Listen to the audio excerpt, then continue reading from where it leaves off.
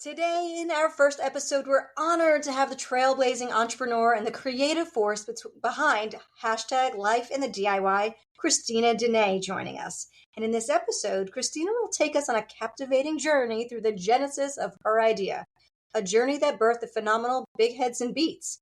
But that's not all. She'll share the invaluable lessons learned from other ideas that paved the way for her triumphant successes.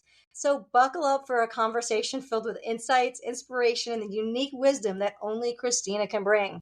And let's dive into the world of the power of turning ideas into reality. And without further ado, let's welcome Christina DeNee to Illuminated, the 12 Months of I. Welcome. Thank you, Debbie. Thank you so much for having me. I'm honored to be here, especially on episode 1. It means a lot. I know. And we've kind of gone through a lot of fun things together over the last few years since we've met.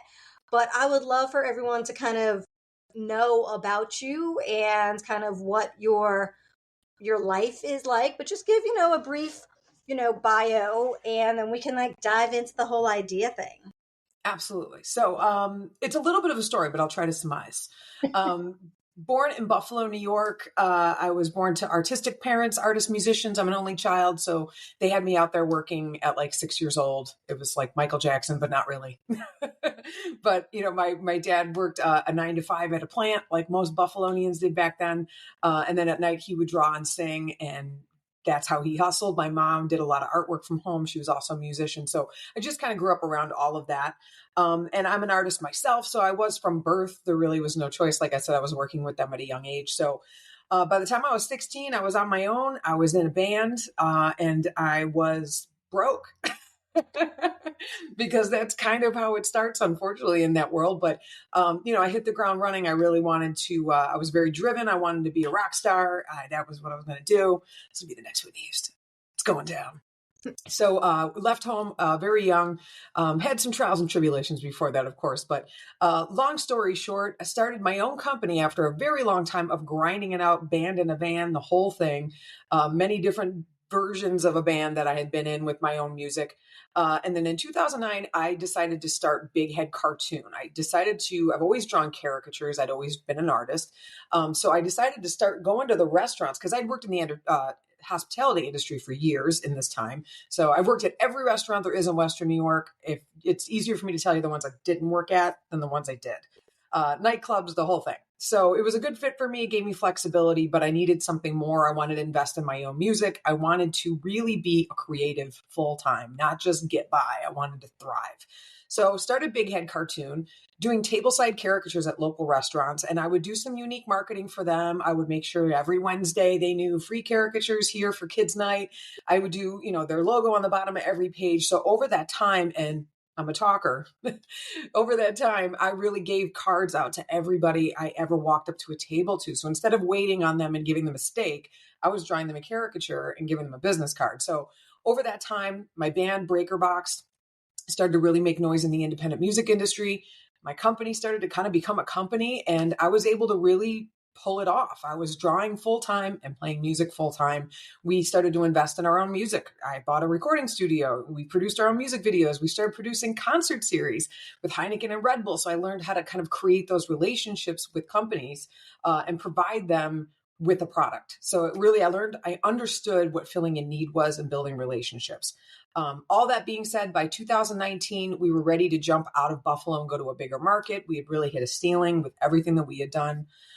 So we relocated to Nashville, Tennessee in early 2019, just in time for a global pandemic. So everything fell apart there. After about a year of being in town, we were very, very blessed in many, many ways, but we had really hit the ground running when we moved here. And Debbie, that's when you and I met, was in the first year. So it's such a supportive community. They believe in the arts. They respect the arts. It's such a wonderful energy that even though the world shut down, this was, for me, the best place I could have been. My partner, Scott, and I quickly came up with something to fill a need because that's what we had been doing as independent artists for 15 years at that point. So we created the Big Heads and Beats virtual caricature art party experience. So we released it through Big Head Cartoon, which was my caricature company. I had artists working in Buffalo still. I had built a team of artists here in Middle Tennessee. And like I said, everything shut down. So we came up with this concept. It was a live drumming DJ streaming from his Nashville recording studio. So it was everything that Scott, my partner, was doing anyway. I was doing digital caricatures. So we just started with a concept, just an idea to fill a quick need for maybe kids' birthday parties or people that just had things planned because we thought it was 2 weeks. So we'll just go for 2 weeks. We'll do this. And Little did we know. Little yeah, did we know, it's still right? 2 weeks, right? Right. So I put out a little YouTube video just saying, hey, this is what I'm doing. If you have kids' birthday parties, if you have anything that you just want to connect with your friends, this is what I'm doing.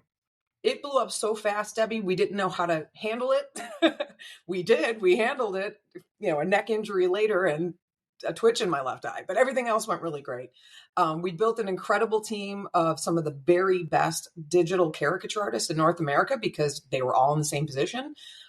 We built this wonderful just program. We really learned how to produce it. We worked with colleges, corporations around the world. We added on quickly more virtual experiences like, our virtual holiday parties. We had guest host Santa. We had virtual pumpkin carvings with Halloween Wars finalists.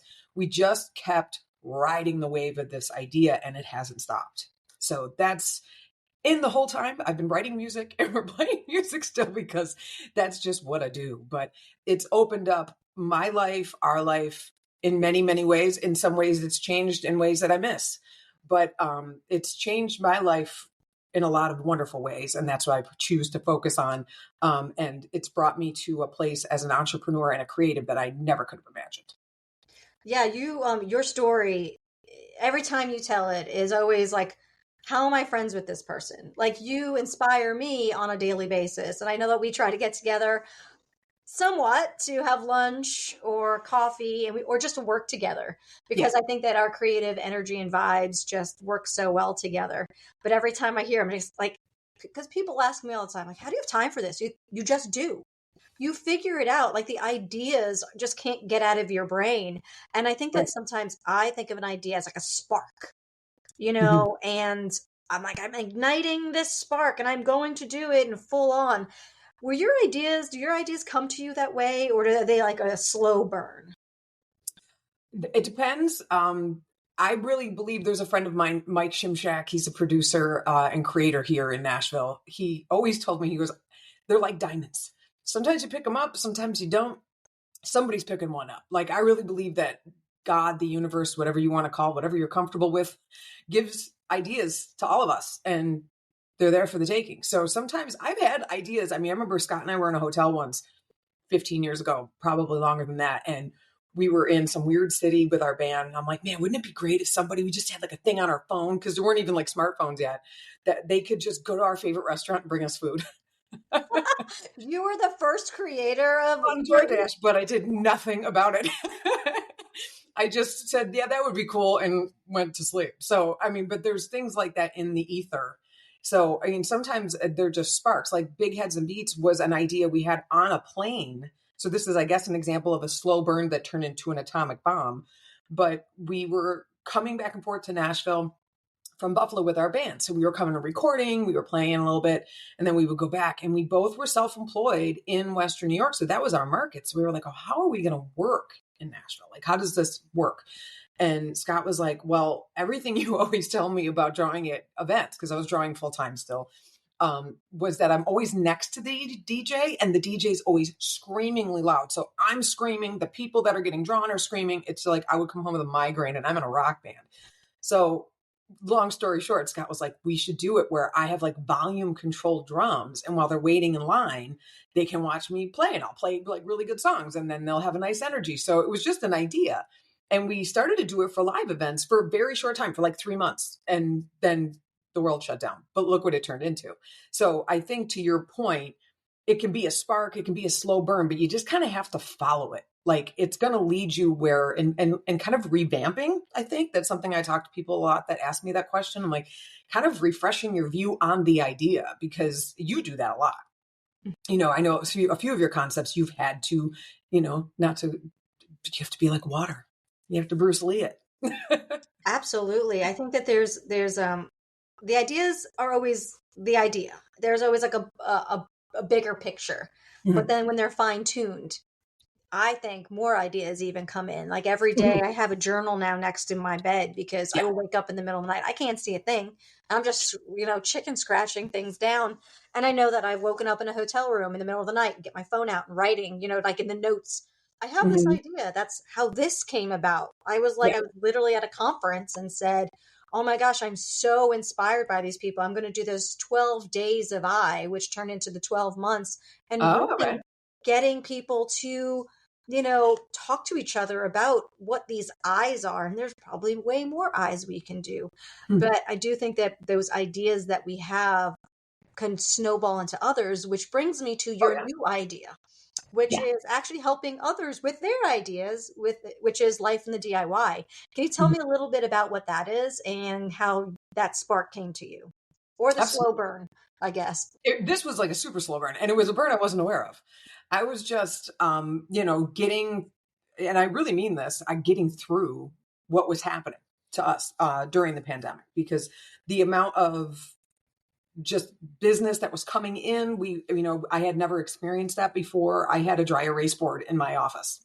Like that was how I dealt with my events and my artists and everything that was going. So I was new to being an entrepreneur.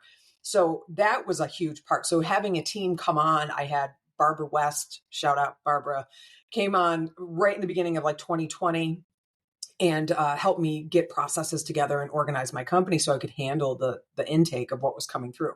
So that was what I was doing. But then at the meantime, I had a lot of friends and family that were very close to me, especially up in New York, that were leaving the medical community that never could go back to work.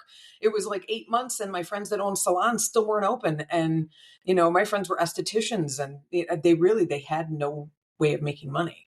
And nobody necessarily expected any help, especially the people that I knew. And honestly, it wasn't enough help. So it didn't matter. Like everyone had to kind of figure out something to do. So I was kind of in the back end helping friends and family like come up with concepts, like just because it's something that I've always, my fiance will say, like, I kind of tell you if you want to know or not. Because if I hear like a cool idea, I'm like, oh, you should make that a business. And I tell them what I think they should do, which people don't really like that unless they ask, by No, the they way. don't. I literally have a little my husband, Carlos, he will come up with these amazing ideas and I will get the phone out in my little note section and write them down. Mhm. And then like once a year I'm like, look at all your ideas that you had and you didn't do. And yes, yeah, we can be billionaires right now, but yes, I totally understand that. But what I love about what you're doing with it is that helpfulness. It's always to help another person. Do you ever feel like what you're doing is your purpose in life? I think I wish I knew I mean, I don't know if anybody knows what their purpose in life is. I think if we all knew that, things would be a whole lot easier. But I do believe that everyone's born with a gift or many. I mean, I think everyone has many, many talents, but like a gift is something that you do really easily with the least amount of effort. And I think it puts the best into the world. And I think for me, right now in this stage of my life at 2024, Life in the DIY, which is an online community that's going to encourage and empower fellow creatives to take the first steps to starting a business with their gift. That to me is the thing I can do the easiest with the least amount of effort that puts the best into the world. Because, like I said, I'll tell you if you want to know or not, but there's a lot of people out there that do really want to take that leap of faith. And I've taken it. I've taken it a few times. I was homeless in my life. I was on the street at 16, and I did pursue a music career, which is not an easy business. So my partner, Scott, and I had to really figure out how to make a lot happen with a little bit of money and make a lot of, I don't know, big leaps of faith. And there's processes and there's ways of going about it that I'm like, if I could share what's helped me, it would really like go back and take the 10 years from me. Like if I could go back 10 years ago, I want to talk to that person that was me, frustrated, going, okay, I took this leap of faith. I know I can do caricatures. I know I got a good voice. I'm like, I'm writing songs. I think people like them and people seem to like our shows. Like, what the hell is going on? Like, why can't I get where I want to go? And that's when the big awakening happened of the different processes, visualization, the power of your mind, gratitude, all of those things now are way more a part of having your own idea become into fruition. It's way more of a part than I think people realize. It's more than I ever realized. To me, it was 90% of it was how I looked at the world, how I looked at money, how I looked at myself, what I believed, my faith in everything. So those were the things that I knew when I did life in the DIY, I could help people. And then on top of it, like go in and really dig into their idea and help them get some marketing ideas and like a concept to help them rise above the noise level like we did. Like, my band Breaker Box, we're a pop rock duo. There's a gazillion of us. Like, how do you rise above the noise level? Well, we're going to partner with Heineken and Red Bull. We're going to go to Tommy Lee's studio and we're going to record everything. And we're going to work with really awesome producers and we're going to pay for it because that's what we want to do. And we're going to control how we sound and we're going to do all of it. And that's how we rose above the noise level. We started to open up for really great acts. And like, we had to put everything on the line. And that's how you have to do it. So, it's not for everybody. Like some people, that's not for everybody. What you and I do and what probably people that are watching this do, it takes a lot. You kind of be a little crazy, but at the same time, it's not crazy. Like it's almost crazy not to be that way if you feel it inside. And I know you enough that there's no choice here. It's like these ideas are coming and everyone gets that. But like, what do you act on the idea? And, I'm a big believer, my mom passed away when she was really young. She was only 36. So I'm always kind of like, I just don't want to go with any regrets. I didn't want to, and you can, you're going to, but try to cut them down. I'm really answering your question. Sorry. No, you're doing so great. I just thought we can talk forever. And that's kind of the problem sometimes is that when I'm listening to you and what always comes across that we give to each other is that help, that assistance, that accountability, the person on the other side of the phone that is like, oh my God, I have this really hard decision to make. I just need someone to listen to me. Yeah. I think that we all need that. And I think that's what life in the DIY is going to bring to the table. Do you have ideas further than that, than kind of getting people through the idea of helping them really build a business? Will you have resources for, starting your LLC and how to, taxes? I know for me, I'm sitting here going, nobody told me that I should put this much money away because they're going to be taking all my taxes. Like, I think that there's a way that you can get through your idea and be like, this is amazing. I can't wait. And then there's the stuff that comes with it. That's my plan as we grow the website. Like right now we're just starting with the beginnings of this. It's launching this year, but I want to have resources for people that were like me and like I'm sure like you and pretty much everybody, because they don't teach you in school. They don't teach you any of this. And once you start getting into it, I will say I have found personally that even in Buffalo, which was a smaller place, once you become an entrepreneur and you take that leap of faith, you attract the same kind of people. All of a sudden, there's somebody there that you can ask questions to. Nashville has incredible resources, but now everything's online. It's like, if you can't find the resources, you're just not looking. Like there's definitely, but I'd love to have a hub where, accountants that I've worked with, QuickBooks, like QuickBooks is still part of the reason I have the twitch in my left eye, because it doesn't make sense to me. And I know that's not a strength of mine. So I hired someone that loves it. That blows my mind. My niece loves math, loves it. I still have math nightmares, and I've been out of high school a real long time, and I still have nightmares. So there's always somewhere out there, somebody that can help you. You just have to believe that you can find them. And I'd like to cut that down by having lifeinthediy.com have all those kinds of resources that don't stop you. Like you said, okay, my idea is great. I got a marketing plan. I have a concept, but now my health insurance is going to change, and now I'm self-employed, and that's another tax. And why is that a tax? And each state is different. So then that changes your whole perspective. Do you have a family? Are all of those things, it's all part of it. And so having kind of group meetups where people can just talk to each other and ask questions, like that's going to be part of it. Just kind of organizing the early entrepreneur process. And like for everyday people, but mainly creative people, because we have very different, I have friends of mine that own restaurants, that own pizzerias, they own laundromats. They are incredible entrepreneurs, but we couldn't have anything less in common when it comes to like our process of doing stuff. So there is kind of a difference there of being an entrepreneur, yes, but being a creative entrepreneur. So that's like my peeps. That's who I'm. No, I was just going to bring that up just because I think that community is struggling because the thing about being creative is it comes from passion. I think it all comes from passion, but it's like the gift paired with the passion. It's that I have something within me that, as an artist, and it's very subjective, and I think there's all that. you can eat a piece of pizza someplace and have a good experience, but listening to music has a different effect, or looking at art has a different effect. And I Right. think that, when you have an idea or something you've been doing for a long time, I did musical theater. I thought I was going to be an actress. I mean, my whole life. But once I actually start getting acting jobs, I didn't enjoy it anymore, because Mm, for me, I enjoy just doing it, not the business of it. right. And I think when Well, you pair them together, it takes a little bit out of it. But if you can navigate through being a creative and understanding the other processes instead of mhm. that overwhelming you, that's where you keep your creativity. Very well put. Yeah, the business of it will kill it. It can. It can. I don't want to say it will. It can if you allow it to. And I think I delayed the inevitable for a very long time by thinking in an old way of just kind of like, oh, it's the music business. I'm going to look for a record deal. And I mean, we did that forever. And I think we just delayed the inevitable, because I remember vividly saying to like my best friend, I'm like, I don't want to own a record label.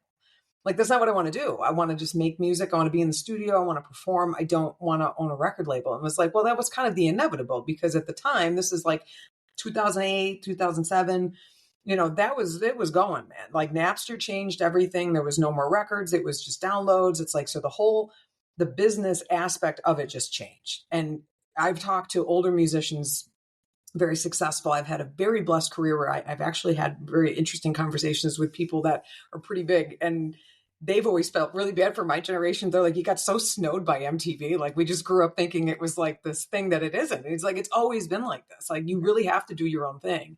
And the more and more and I say we, mean Scott, my partner, he also has a drum lesson studio and was always doing his own thing. It's kind of the inevitable in any business you're in. So the more you embrace the life in the DIY and do it yourself and look outside of the business model, try to do something different. Don't follow trends. That's very challenging as an artist, because you want to like hop on a trend, but it's like, that's not art. Yep. So it's the chicken and the egg. It's like, Billie Eilish wouldn't have happened if her and Phineas were trying to do what everybody else was doing. And then you see, flash forward 2 years later, there's all the big studio guys having panic attacks, because it's like, no, they did this in a closet. And I think that it's also, what we go through. I know that that's kind of where I am right now. I came up with this idea, and I always say, I'm like, I don't fit in a box. I can be both. I could be a supplier. I could be a planner. I could be doing this and creating this. And everyone's always trying to pigeonhole you into Mhm. something. And I think that creativity is sometimes squashed, or we have Mhm. to go with what everyone is saying in order for someone else to understand and to pay us for it. Mhm. And we have to rise above that. We are risk takers. And I think Right. that at the end of the day, being a risk taker is what sets us apart. It's been a hard one for me. I'm a planner. I've got kids, Yeah. taking risks is like, I'm like, ooh, I'm not sure I can do that. But I Yeah. do think that, especially being in, an industry where that's what it's about, and understanding that sometimes you're just going to have your own record label, and that's going to Right. stink. But if you need to rise above it and you can do it, then do it. Because looking for someone always to help you always can be a helper. Like, I know that I'm a helpful person, you're a helpful person. Not everyone's like us.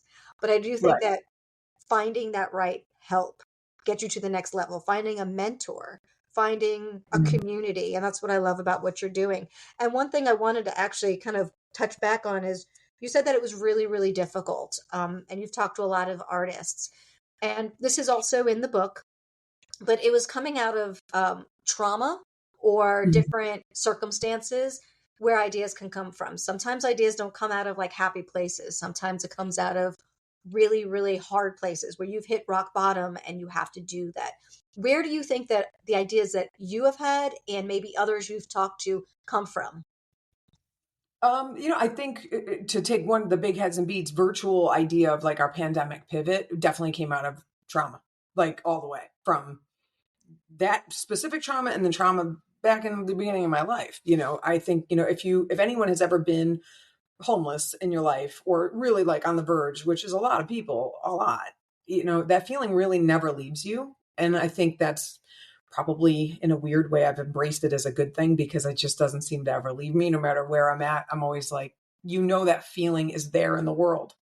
So, it can happen. It's no joke. It can. It's like, so, but there's ways, like I said, that I'm going to go through in my classes and stuff that I'm going to teach on life in the DIY of programming your brain to attract different things. But that being said, when the world shut down, I remember a friend of mine from back home in Buffalo worked for one of the colleges, and she called me and said, "You better start thinking outside the box. We're closing all the colleges tomorrow in New York State."